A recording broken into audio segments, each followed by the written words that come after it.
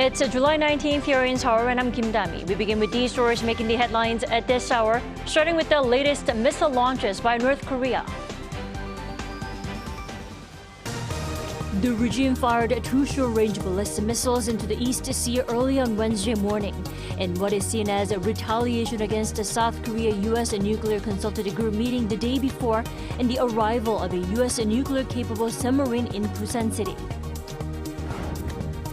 The Pentagon has confirmed a serving U.S. soldier crossed the inter-Korean border without permission during a tour. He is reportedly in custody, while the U.S. is in touch with the North over the incident. The hourly minimum wage in South Korea for next year has been set at 9,861, or around $7.80. That's up 2.5% from this year.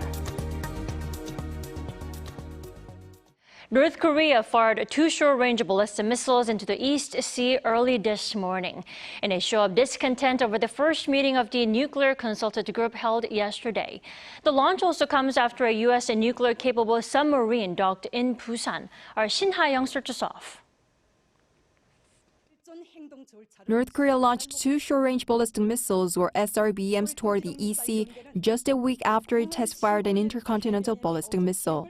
South Korea's Joint Chiefs of Staff on Wednesday detected the SRBM launch from the Sunan area of Pyongyang between 3:30 a.m. and 3:46 a.m. While further details are still being evaluated, it is known that the missiles traveled about 550 kilometers before landing in the sea. The South Korean military is working closely with the U.S. in order to be fully prepared for any further provocations. The latest launch comes after South Korea and the U.S. held their first Nuclear Consultative Group meeting on Tuesday. The group, which was set up in April during a summit between President Yoon and President Biden, aims for better coordination and an allied nuclear response to North Korean threats. It also follows the arrival of the USS Kentucky, a U.S. nuclear-capable ballistic missile submarine, in South Korea also on Tuesday. The JC has strongly condemned the North's provocation, saying that it harms peace and stability on the Korean peninsula as well as internationally and is in clear violation of UN Security Council resolutions. The U.S. Indo-Pacific Command was quick to reaffirm its commitment to defense of South Korea and Japan. It also condemned the latest launch, saying that it didn't pose an immediate threat to the U.S. or to its allies, but it shows that the regime is undermining security through its illegal weapons development. Shin Ha-young, Arirang News. As our Shin Ha-young mentioned, the first session of the NCG took place here in Seoul, which included the announcement of an American nuclear submarine making port call in Busan for the first time in decades. Our top office correspondent Oh Soo-young reports. South Korea and the United States have launched a bilateral platform to take a unified nuclear response to North Korean threats, deemed an unprecedented step for Washington since the days of the Cold War. On Tuesday, Seoul's Deputy National Security Advisor Kim Tae-ho and his U.S. counterpart Kurt Campbell co-chaired the inaugural meeting of the Nuclear Consultative Group in Seoul. We discussed ways to jointly respond to North Korea's nuclear threats.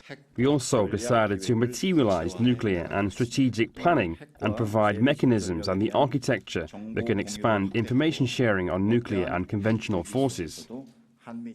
According to Kim, the first meeting focused on creating a secure dialogue channel and identified 5 main areas for continual discussion, including the Allies' joint planning and nuclear posture and how to operate Washington's nuclear assets with Seoul's non-nuclear assets together, deploying U.S. strategic assets to the south, along with crisis management and training nuclear experts in South Korea.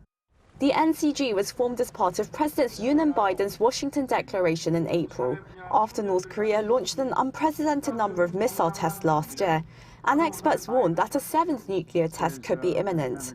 With recent public opinion surveys finding over 70% feel the need for South Korea to develop its own nuclear weapons, Seoul and Washington in April agreed to bolster their joint capabilities and confidence in executing the U.S. extended deterrence policy of defending allies who fall under conventional or nuclear attack.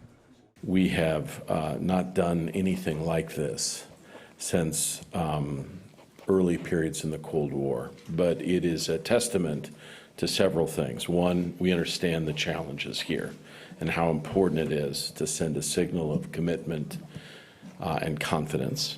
Second, It is the nature of the strength of our alliance and partnership with South Korea. Both Kim and Campbell stressed that any nuclear attack by the North against the South will be met with a swift, overwhelming and decisive response, resulting in the end of the Kim Jong-un regime.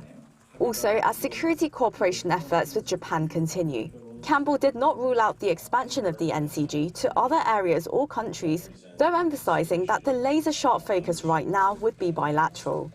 On that note, Deputy Advisor Kim said that a trilateral summit with Japan is being arranged for August in Washington, D.C., with the agenda to cover regional and economic security, after which the NCG will convene a working-level meeting. Oseong, Arirang News. Staying here on the Korean Peninsula, an active U.S. service member crossed into North Korea without permission on Tuesday.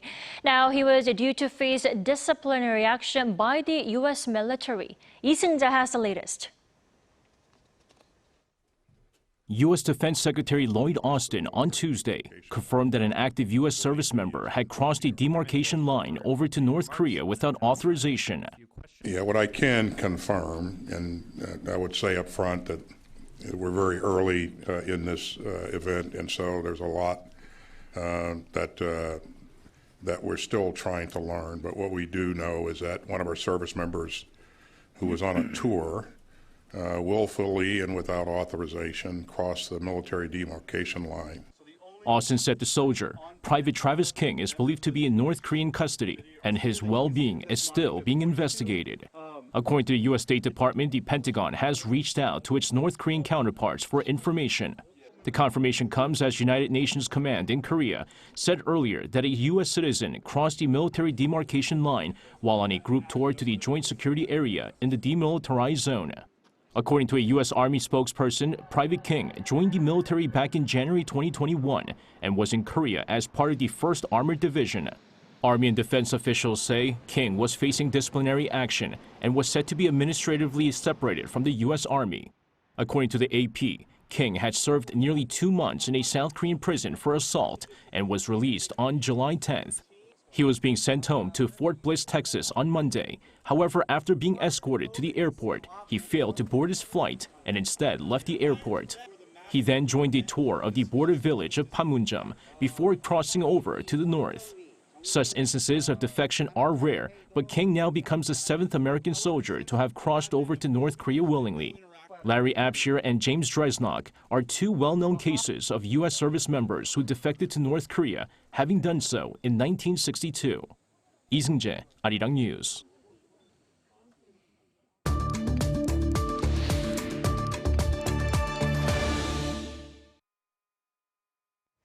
So, 2 short-range ballistic missiles are fired by North Korea early this morning, a move widely seen as a retaliation against the inaugural meeting of the South Korea-U.S. Nuclear Consultative Group.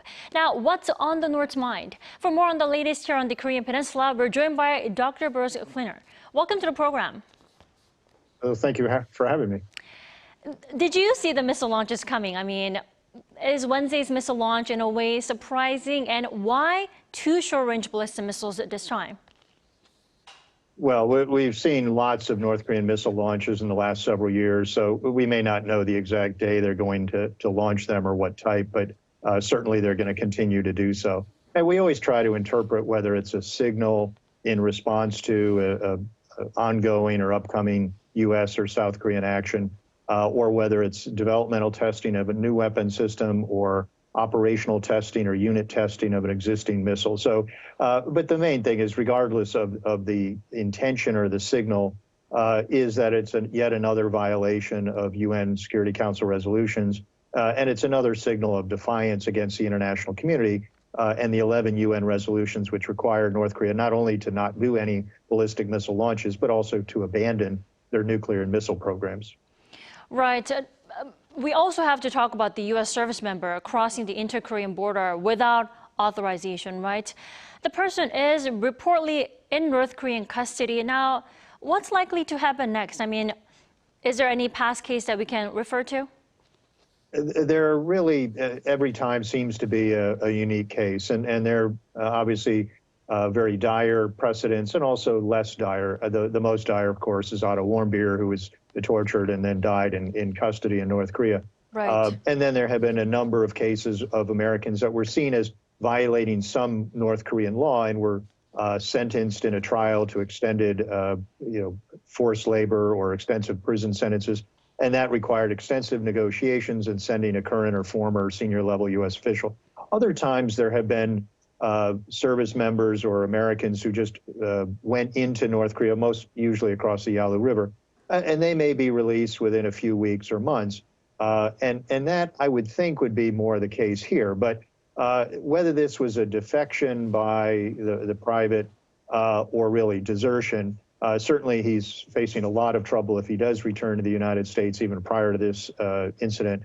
And North Korea may simply just get rid of him and return him after questioning him and seeing whether he has any intelligence value.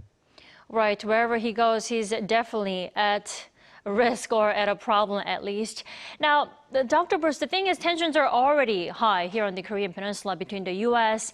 and North Korea. Now, how could events like this really influence Washington-Pyongyang relations at this moment? Well, some have hoped that this could be a catalyst for discussion between the U.S. and North Korea. And Pyongyang has been rejecting all forms of dialogue, let alone negotiations, for several years. I don't think that's likely at a strategic level, but there will be discussions at what I would call a tactical level, just really dealing with the sergeant determining, or I'm sorry, the private determining his well-being. What are his intentions? Does he want to stay in North Korea? Does he want to return? That doesn't necessarily mean it'll lead to high-level negotiations, certainly on the nuclear issue. So, right now the focus will be on, finding out the details of why he did this, what his intentions are. But I think in and of itself, it's not likely to be a cause for increased tensions because he wasn't abducted. He was not detained for alleged crimes other than illegally entering the country. Sure. Then, is there a possibility that the North may take advantage of this situation to get the upper hand? Well, in the past, when it was, someone was arrested for a crime, in North Korean terminology, it can be, leaving a Bible behind, trying to proselytize a religion. It can be, ripping up a poster with Kim Jong-il's name on it, things that are seemingly meaningless in other countries, but is a high-level crime in North Korea. That it can be very serious and lead to these negotiations or even having to have a coerced apology and senior officials going to get him out. But in this case, it may be that we're just determining if he wants to stay and what his well-being are and what his intentions are. So clearly he went voluntarily and seemingly eagerly into North Korea.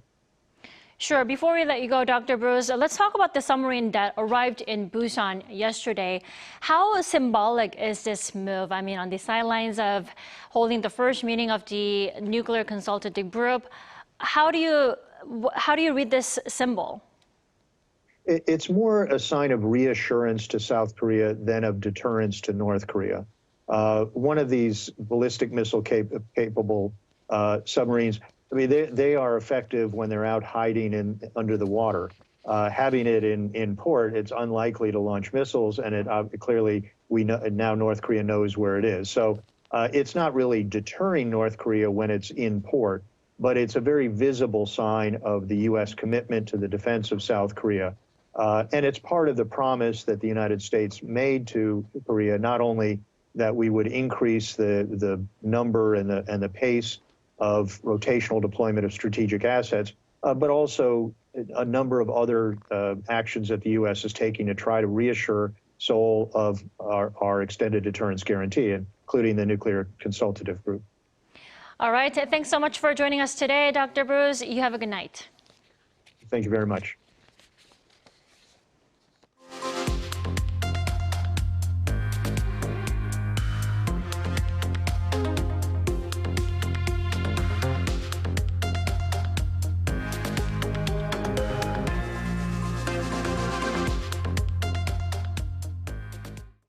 The The torrential downpours that enveloped South Korea have taken 44 lives, with 6 people still missing. Our Choi Soo-hyung went down to the country's Chungcheongbuk-do province, one of the hardest hit areas. Heavy rain in Chungcheongbuk-do province has meant that the central part of the country is one of the most affected, alongside Chungcheongnam-do and Gyeongsangnam-do provinces. Here in Gyeongsangun County in Chungcheongbuk-do province, a total of over 400 millimeters rain has dropped since July 13. Flooding has caused serious damage to the fields and crops. This massive flooding was caused by the Gyeongsangun Dam, overflowing for the first time in 43 years, leading to the evacuation of around 6,000 residents. According to officials, approximately 600 residential and commercial facilities collapsed, and the agricultural land damage area is estimated to be around 27 square kilometers, 8 times larger than Central Park in New York. People who have been affected don't know what to do next. This place used to be our workplace, but everything is gone. Nothing is left. The water filled that greenhouse all the way to the end. I only just got myself out at 4 a.m. I'm relieved to just be alive. Helpers are reaching out from all over the country, and volunteers and nearby military personnel are being mobilized to carry out emergency disaster recovery. A couple of days ago, I saw a news report about the horrible damage due to heavy rainfall in Chungcheong-do province, which made me deeply sad. So I've decided to do volunteer work. As soon as I arrived, I noticed that everything, even the containers, is being washed away. In any case, such incidents should never happen again.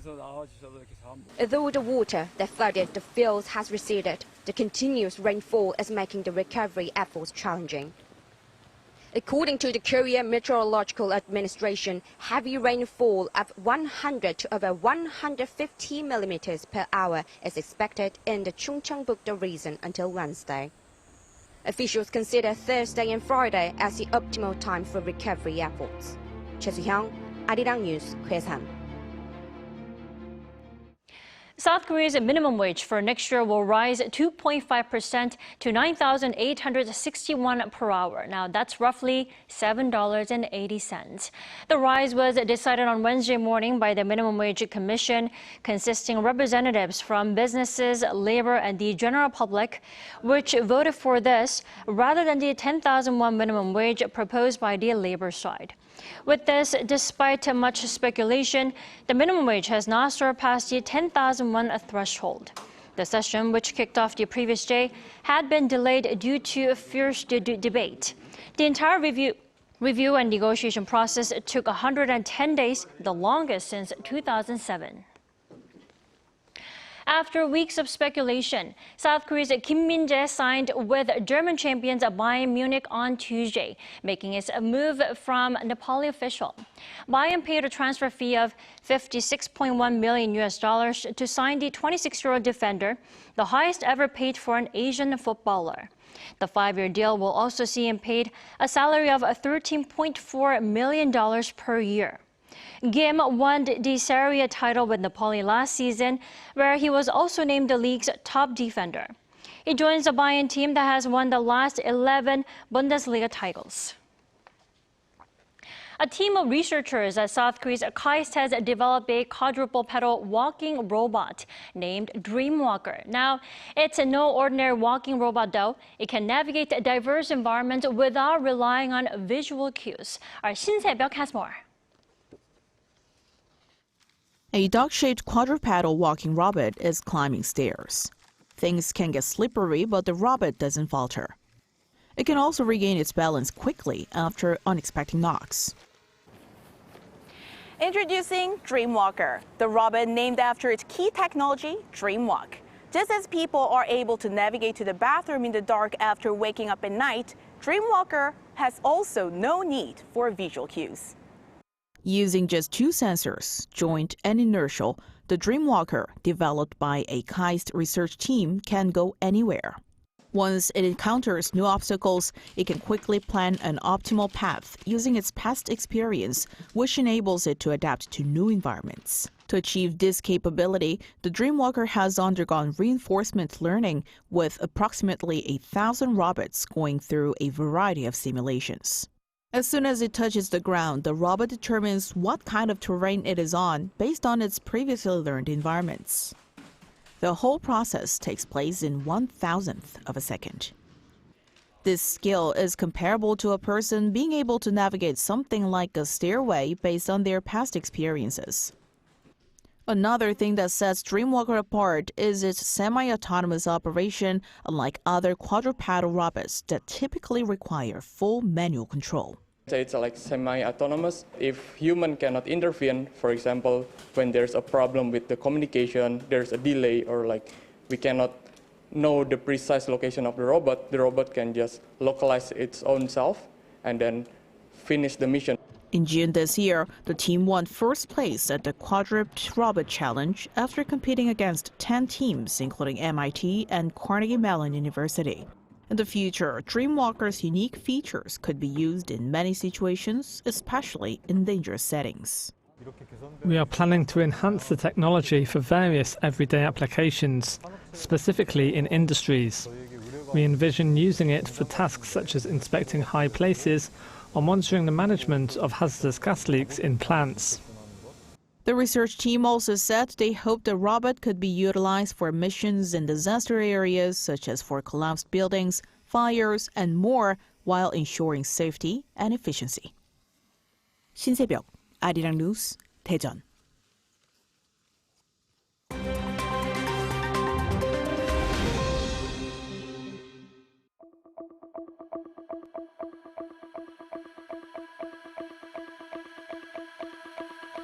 Good morning, I'm Matthew Ashley, and we now turn over to stories from around the world. We begin in the Ukrainian Black Sea port city of Odesa, where Russian airstrikes on Tuesday damaged infrastructure.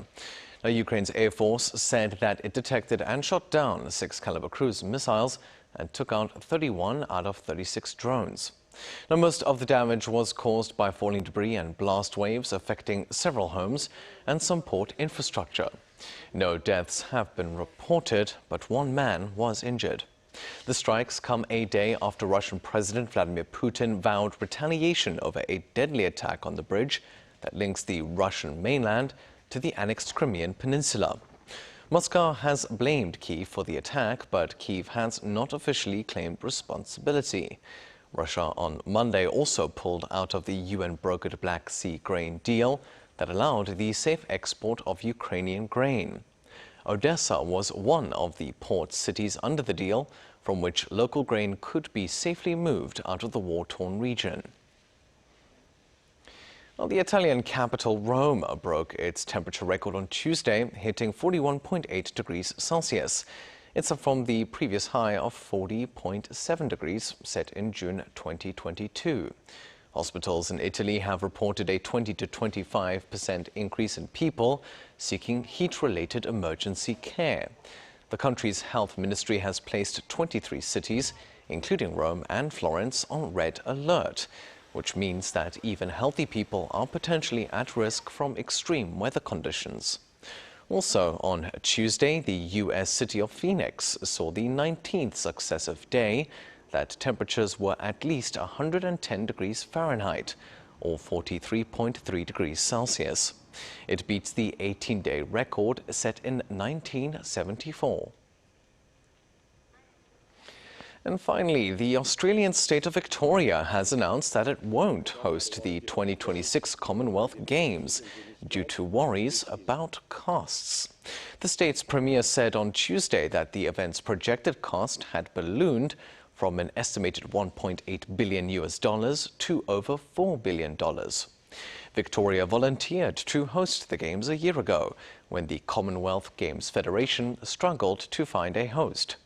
All other Australian states have declined to step in and take over, leaving the future of the 2026 Games up in the air with less than 3 years to go. The CGF and the British government have called the withdrawal disappointing. The 12-day multi-sport event is held every 4 years and features competitors from the Commonwealth's 56 members.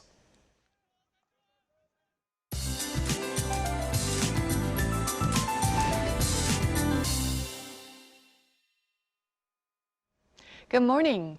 The monsoon that dumped heavy rain in Korea is taking a break. Now the seasonal heat sets in. Afternoon highs will go up 5 to 7 degrees higher than yesterday, hovering above 30 degrees Celsius in most of Korea under sunny skies.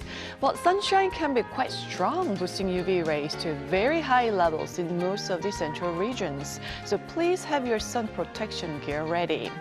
Meanwhile, there could be passing showers in inland areas with up to 20 millimeters in the forecast during the day today. Sunny skies, warmth, and that high humidity will make it feel hotter than the actual temperatures. Also, food safety is a must around this time. It's very likely more regions will have tropical night tonight, and the heat carries on for Saturday, with monsoon rain making its return to the country on the same day. That's Korea for you, and here's a look at the international weather conditions.